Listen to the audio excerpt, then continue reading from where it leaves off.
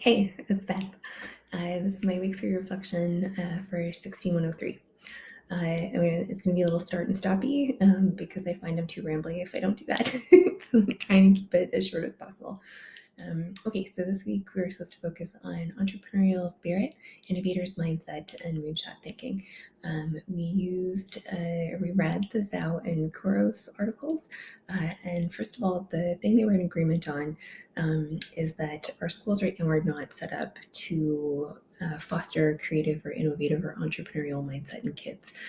They both point out the idea that strict adherence to standardized curriculum, and in particular standardized testing, is what kind of most systemically stops that from happening. That's echoed from the Robinson and Aronica book, Creative Schools. That was a main text for our 6101 course in the fall for this program. They also point to that. And I really feel, as well as my colleague Peter pointed out in the discussion postings, that also an element of time is necessary for creativity and innovation. Your brain needs space to run, kind of, and Peter pointed that out well in relation to the outdoor school or the time that he spends with the students outside. And I feel that as well, even just in this program right now. The idea that you need to not have every moment planned and scheduled. You need time to have creative breakthroughs and to just let your brain run on something. And I'm feeling that now, trying to catch up in this course. So I got about 2.5 weeks behind due to family death and some personal issues. And now trying to catch up, I am finding that I have so many cool ideas, or I had so many cool ideas that I wanted to do for stuff that I just can't execute because I don't have time. So I'm reverting to like utilitarian, get stuff done.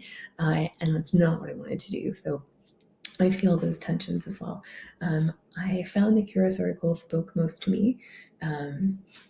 First of all, just the focus that it had on, the idea that innovation is constant improvement and adaptation. Absolutely. And I think, I read that and I thought, that's why autistic kids love Sherlock Holmes. So Sherlock Holmes is kind of an autistic kid hero. I'm autistic. He was also my hero / is.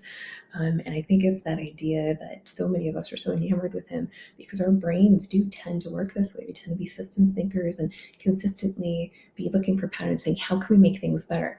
Autistic kids are natural planners and systems tinkerers. But Sherlock Holmes, I think, is that perfect embodied example of constant improvement and adaptation from literature, from art.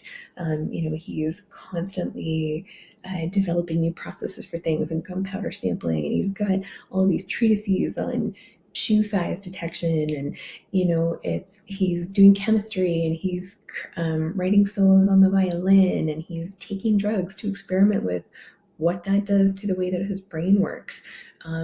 Constantly pushing the envelope. So I thought of that in the current article. But also, I really liked the focus that article had on the idea that anybody can be a learner and a leader, and that in order to foster creativity, innovation, and entrepreneurial mindset, and innovator's mindset, that we really have to have trust and strong human relationships. So the focus on connection in that article really spoke to me. So that's for the articles.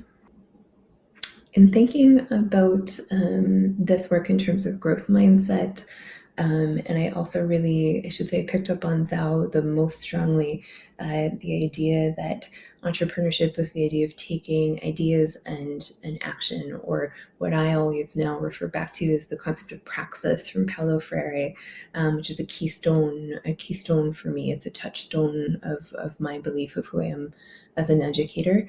The idea that, again, if things just live in the theoretical and they aren't helping to improve social justice or improving practice or making the world better in some way, then what's the point? And that connects really strongly to the concept of moonshot thinking that we looked at. So that idea that you have to have a big problem that you want to solve.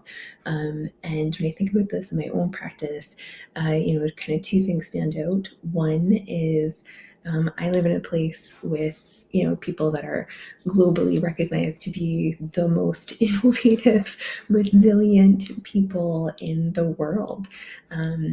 Inuit in Nunavut, the 8 IQ values, one of them is Kanakturonanak, which is being resourceful to solve problems.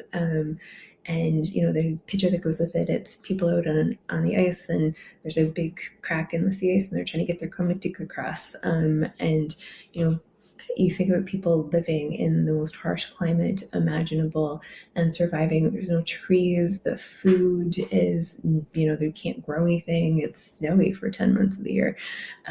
So it is, Inuit are known to think this way, which means I have a lot of great examples of this kind of from my own practice, because my kids are kind of trained culturally to think this way. We live in a place that promotes this thinking, and my brain really works like this as a disabled person, I think, as well. So I think about growth mindset, which is something I've really worked hard to try and help my kids foster. And I think a lot of people with disabilities, which I am, so I'm autistic and I have communication disabilities and processing disabilities. But I think, we become innovative and creative and entrepreneurial out of necessity sometimes, which Zhao says, a necessity is the mother of invention. As in Inuit culture, I think also disabled people really have a good window into that idea, because we're constantly having to find creative ways to meet our own needs, living in a society that is not set up to meet them. So I think the thing that I connected most from the idea of moonshot thinking, as well, that I can connect back to my own practice, was again that idea of when systems don't work, that sometimes the wrong idea is to try and fit stuff into them. And I feel like that's the tension we feel in our education system right now, especially between things like sustainability, creativity, and innovation, as all of the authors point out, and we all share from our practical lived experience. Things like project-based learning, things like this real praxis-based learning. Again, as Peter pointed out, we just don't have time for them in a system that's jam-packed with standardized stuff. So that's part of why I think we really need to break the system. And I see it as well in decolonizing education. We try to take these concepts and find a way to mishmash them with the system as it is. And I just don't think those things are always possible. Okay, so from my own practice, I'll talk about the first kind of transformative experience that I had with this. In my second year of teaching, this concept of growth mindset wasn't a word that I knew, or innovation, moonshot thinking. I wasn't thinking that way. I just had a bunch of kids in front of me in my second year of teaching that were saying, ugh, we don't want to take any of the CTS classes that are offered. And, so what do you mean? We don't want to take typing or, whatever, shop, whatever the choices were. So I, brand new teacher, lots of gumption for stuff. Well, what would you be interested in taking? Just why? Tell me more about that. And they said, well, I don't know, it'd be cool to take like a course on making movies or something. Or, they were really into TV shows and movies, like lots of kids are. And, the only creative thing we kind of have that we can take is art. And the art class that we offered was just mostly like drawing and painting, like that kind of art, which is awesome. But a bunch of kids weren't really into it. So I was like, okay, well, I have to do a CTS class next semester. If we kind of make something up together, would you guys be interested in that? They were like, heck yeah.